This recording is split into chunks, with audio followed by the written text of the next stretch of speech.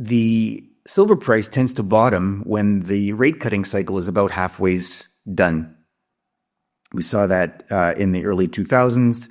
We saw it in 2008 and again in 2020. And if you take the average of bottom, so trough to peak in the silver price, as of about halfway through the rate cutting cycle, silver in the last three cycles averaged about a 332% gain. If you look at where we are now, the Fed started cutting about a year ago, then paused, has just started cutting again. In my view, we have just sort of passed that halfway point in the Fed rate cutting cycle. And although silver did start to run earlier this time, it points to a lot of potential upside. For serious investors tracking silver's trajectory, one of the most reliable signals has always been the Federal Reserve's interest rate cycles. Time and again, silver has displayed a clear pattern of bottoming roughly halfway through a rate-cutting cycle before launching into a powerful bull run. We've seen this dynamic in multiple eras, during the early 2000s recovery, in the aftermath of the 2008 financial crisis, and again following the extraordinary monetary easing of 2020. Each time, silver did not just recover, it exploded higher in triple-digit percentage gains, far outpacing broader asset classes. That's exactly the point recently made by Peter Krauth at the September Metals Investor Forum in Vancouver. With over 2 decades of experience tracking precious metals and capital markets, Krauth has built a reputation for connecting monetary policy with commodity cycles. He argues that today's environment mirrors, and may even surpass, those historical precedents, setting the stage for silver's next explosive move. According to Krauth, the macro environment today suggests that this historical trend is not only intact, but potentially magnified. The Federal Reserve began cutting rates about a year ago, briefly paused, and has since resumed. By most measures, the halfway point in this cycle has already passed. If the historical pattern repeats, this is the precise window where silver traditionally shifts from consolidation into a phase of exponential growth. In the past 3 comparable cycles, silver's average gain from trough to peak was an astonishing 332%. With the current backdrop of persistent inflationary pressures, sovereign debt imbalances, and unprecedented investor demand for tangible assets, Krauth believes the probability of outsized performance is higher than ever. Adding to this bullish picture, Krauth emphasizes that silver's current cycle began from a base of extreme undervaluation. When the metal bottomed around $22 in early 2024, it set the stage for a recovery that has already doubled in price to the mid-$40s. This rebound is impressive on its own, but in the context of past rate-cutting cycles, it may only be the opening act. If silver were to simply match its historical performance of 332%, the implied price target would approach the mid-$90s within the next 12 to 24 months. And unlike prior cycles, this run comes at a time when physical demand from both monetary and industrial channels is hitting levels unseen in modern history. And this is only the beginning of Krauth's case for silver. In his full presentation, he goes beyond the Fed cycle to explain silver's unique volatility, its role as a hedge against consumer inflation expectations, and why the metal's industrial drivers, particularly solar energy and emerging technologies, make this cycle unlike any before it. Stay tuned as we play highlights from his talk, and don't forget to subscribe to the channel and turn on notifications so you don't miss our in-depth coverage of precious metals and global macro. We appreciate the support and hope you enjoy the video. Title of my talk today is Silver is the New Silver. Now that's a little bit tongue-in-cheek, but the reason I went with that was because silver is known to be volatile, up and down, but can be tremendously strong on the upside and can take a lot of people by surprise. And when it does that, I think until we start to really see that happen, which I think is starting to happen now, I think people forget, and so that's why I think you can view silver as being silver once again. Just to give you a quick summary of what it's done in the past year and a half. So it bottomed at the end of February of last year, $22. We're at 46 as of yesterday. It's over 105% gain. And then if you want to get a little leverage, you can look at junior silver stocks, and they're up 183% from that same point in time. And typically you'd expect at least a 2-for-1.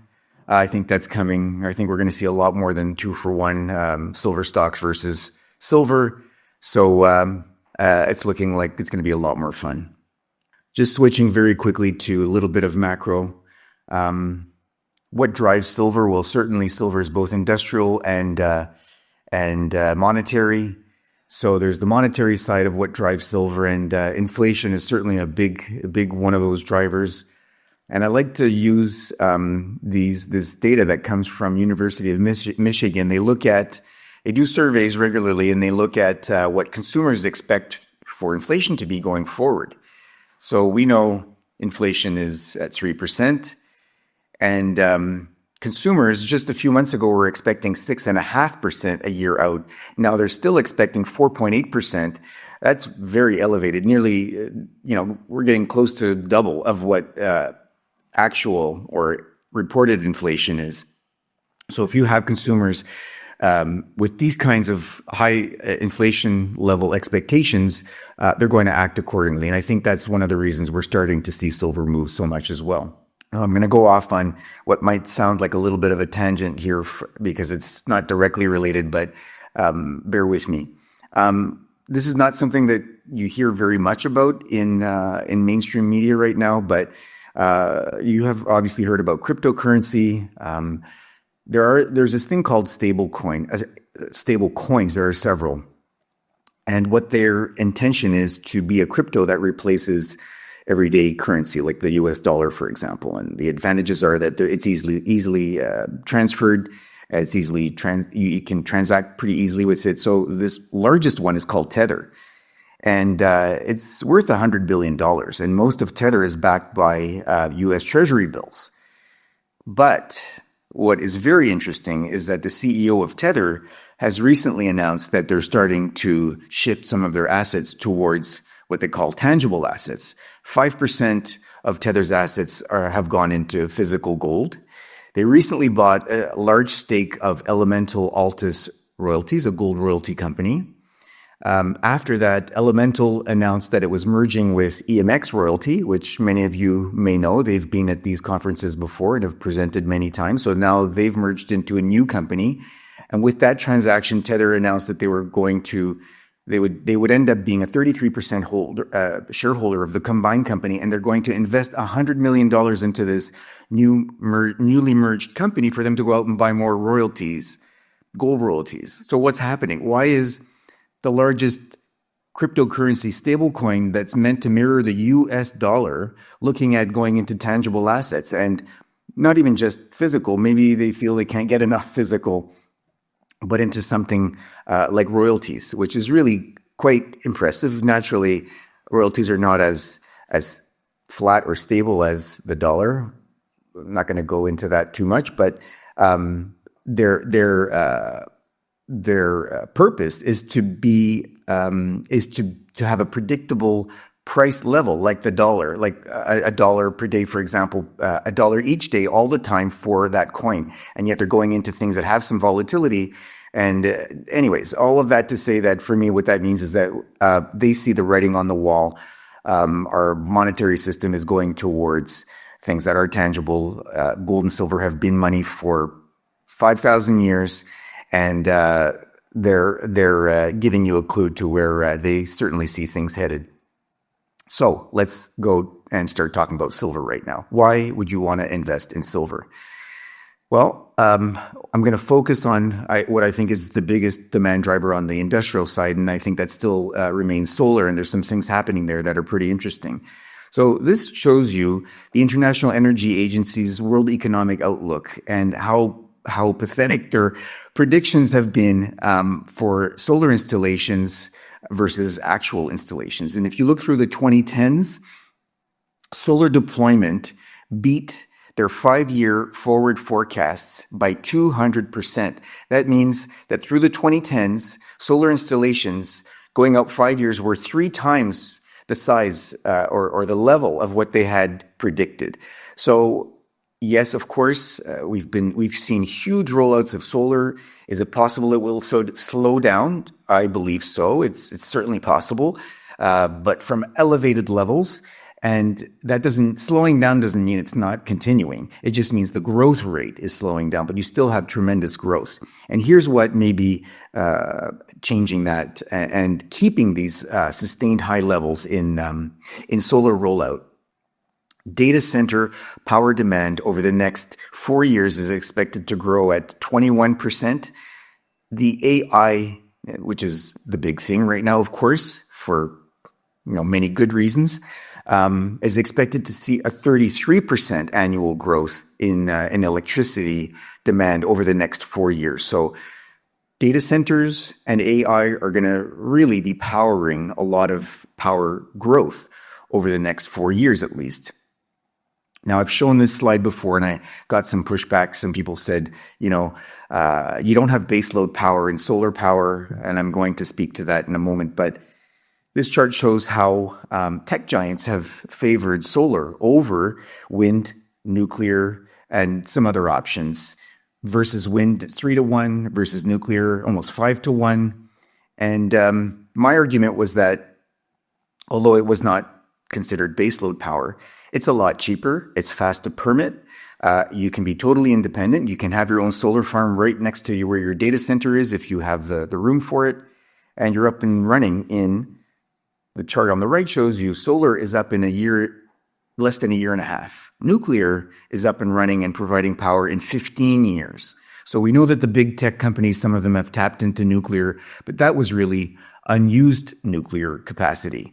And that is essentially gone, so they have to look at other options. Silver's recent move from $22 to over $47 in just 18 months, with junior silver equities nearly doubling that return, underscores how quickly sentiment can shift once momentum sets in. This kind of performance is not random. It reflects the underlying forces driving demand. One of the most compelling of these forces is energy transition, where solar power continues to dominate capital deployment by major corporations and governments alike.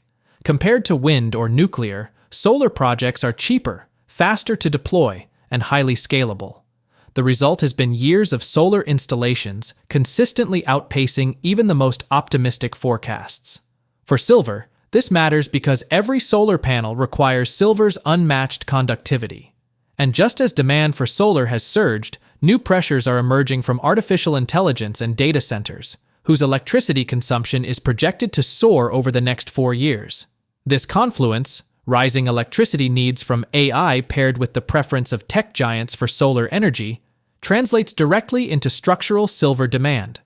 Krauth points out that the debate around baseload capacity is shifting with advances in battery storage, suggesting that solar's limitations are eroding quickly.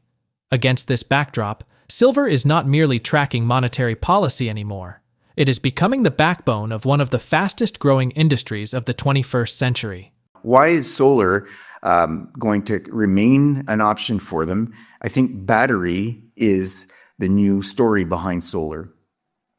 The levelized cost of battery storage in 2024, from 2024 to 2035 over the next decade, is going to drop by half.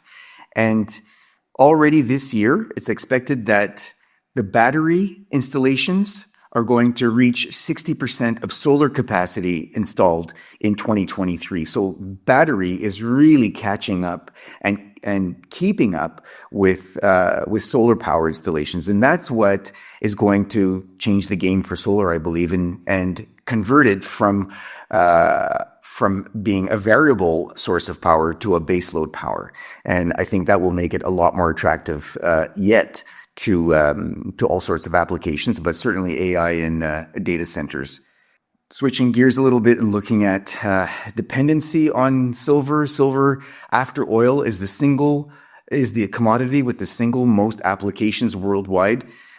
So silver, when you say silver is indispensable, it's replaceable in some ways, but as I say, it has so many applications that if silver were to disappear tomorrow, it would wreak havoc on a lot of industry.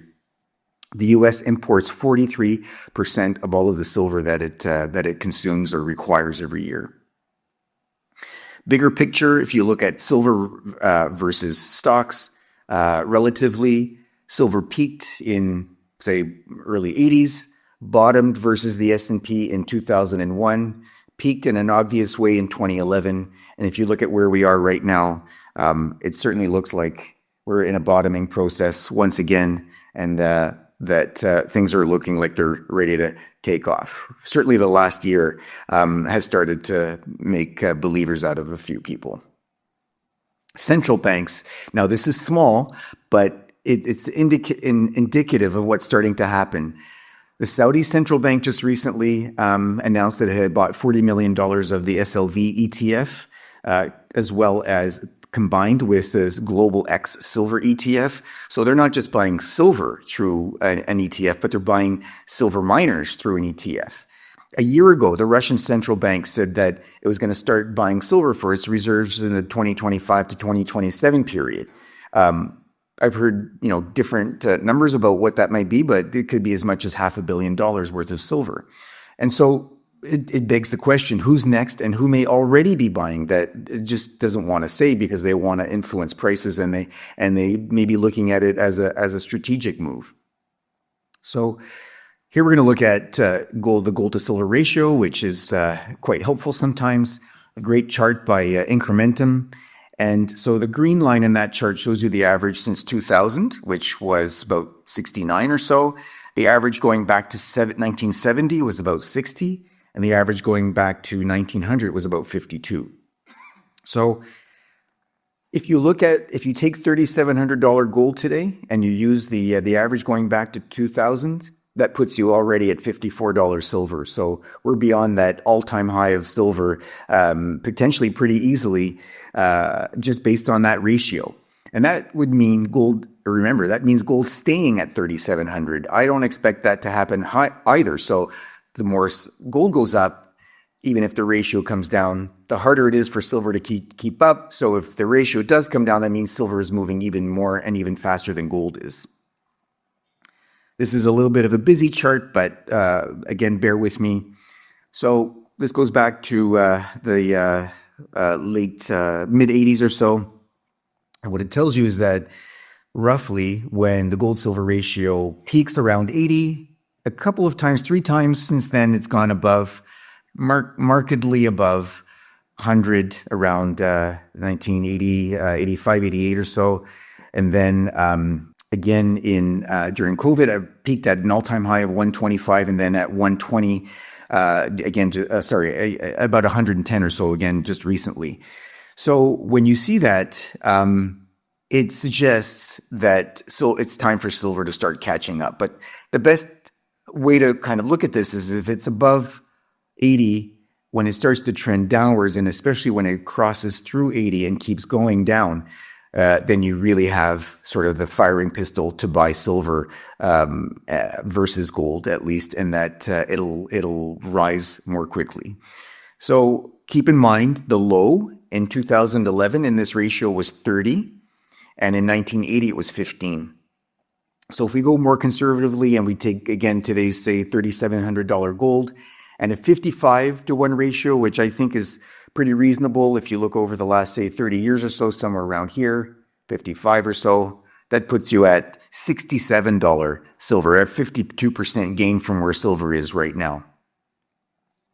Actually, so this is an incrementum chart. I actually came up with that myself, and they decided to make their own version of it. But what it was the idea was to look at how silver behaves when you get Fed rate cutting cycles. And what I noticed was that the silver price tends to bottom when the rate cutting cycle is about halfway done. We saw that in the early 2000s. We saw it in 2008 and again in 2020. And if you take the average of bottom, so trough to peak in the silver price, as of about halfway through the rate cutting cycle, silver in the last 3 cycles averaged about a 332% gain. If you look at where we are now, the Fed started cutting about a year ago, then paused, has just started cutting again. In my view, we have just sort of passed that halfway point in the Fed rate cutting cycle. And although silver did start to run earlier this time, it points to a lot of potential upside. If you take the low from 2024, which is, I feel, more fair, when silver bottomed at $22 or so in late February last year, a 332% gain brings you to $95 silver in this cycle. I really think that that could be 12, 18, 24 months out, but I think it's really looking like a serious possibility. The transformation of solar into a reliable baseload energy source, thanks to advances in battery technology, is a game changer. The cost of storage is expected to halve over the next decade, and installations are already keeping pace with solar deployment at levels unthinkable only a few years ago. For silver, this means that the largest obstacle to solar's dominance is being dismantled. As batteries integrate more seamlessly, silver's role within the energy grid becomes even more indispensable, locking in a multi-decade source of industrial demand. But industrial growth is only one side of the story. Silver's strategic role in global finance is beginning to reassert itself as well. Central banks, traditionally focused on gold, are starting to show interest in silver. Saudi Arabia's central bank recently disclosed purchases of silver ETFs, while Russia has openly announced plans to acquire significant silver reserves between 2025 and 2027.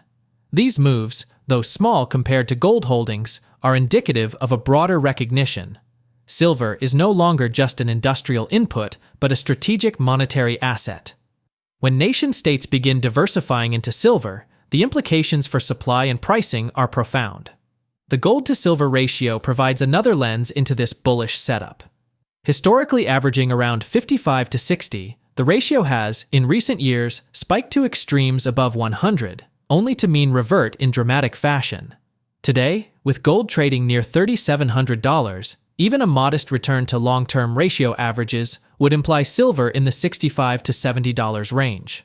Should the ratio overshoot to historical lows, as it did in 1980 and 2011, silver's upside would accelerate far beyond that. This framework suggests that investors are not only hedging inflation with silver, but positioning for an asymmetric trade where silver outpaces gold significantly. For investors, the message is clear. Silver is at a pivotal moment. History suggests triple-digit percentage gains are possible, but today's unique conditions suggest the potential for even more. If silver were to achieve even half of the historical average performance, it would still deliver extraordinary returns compared to equities or bonds. For those who understand the dynamics at play, the next 12 to 24 months could be transformative. Stay informed, stay prepared, and if you found this analysis valuable, make sure to like this video, subscribe to the channel, and share it with fellow investors. Thank you for watching.